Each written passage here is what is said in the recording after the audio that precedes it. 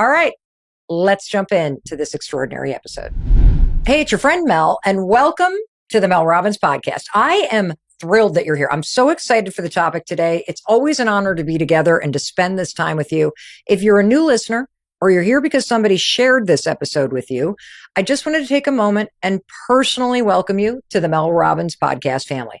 You've picked a life-changing episode to listen to. This is a really good one because today you and I are going to go step by step through the 4 things you're going to do to get out of overwhelm when life feels like it's just too much. And doesn't life feel like it's too much right now? I know. That's why I wanted to talk about this. I wanted to talk about this topic because so many of you are writing in from around the world and you're using the words, I feel so overwhelmed, or you're saying, I'm so stressed out. And so here's what I did.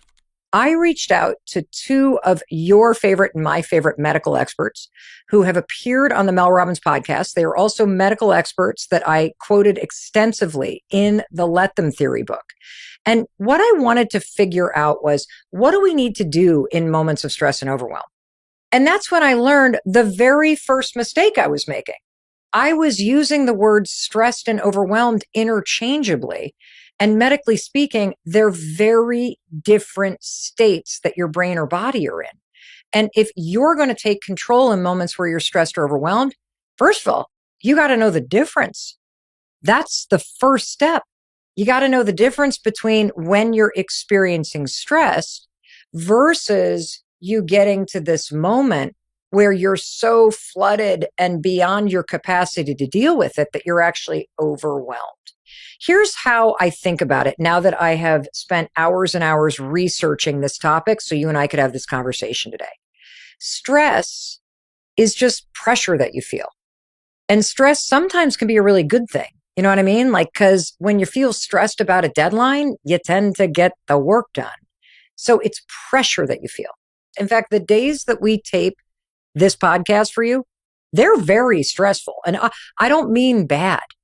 It's just that the days are like, go, go, go, go. You know, we got an early call time and then the guests are showing up or I'm showing up and then we're getting the cameras ready. And it's like, go, go, go, go. You have days like that, right? Those days where you got to get out of work or you got to get out of school by 3 p.m. because you got to get the kids to their doctor's appointment or you got to make that soccer game or you got to pick up your mom and go do something. Those days are stressful because you feel pressure.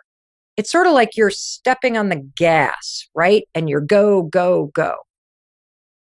Overwhelm? Now that's different. Overwhelm is way bigger than a stressful day.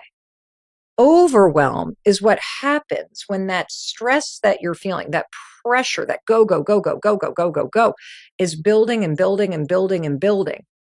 And all of a sudden you've had too many days or too many weeks, too many months, too many years in a row. And now you can't go. You've hit this threshold. You've hit your capacity to handle the pressure. You can't keep up.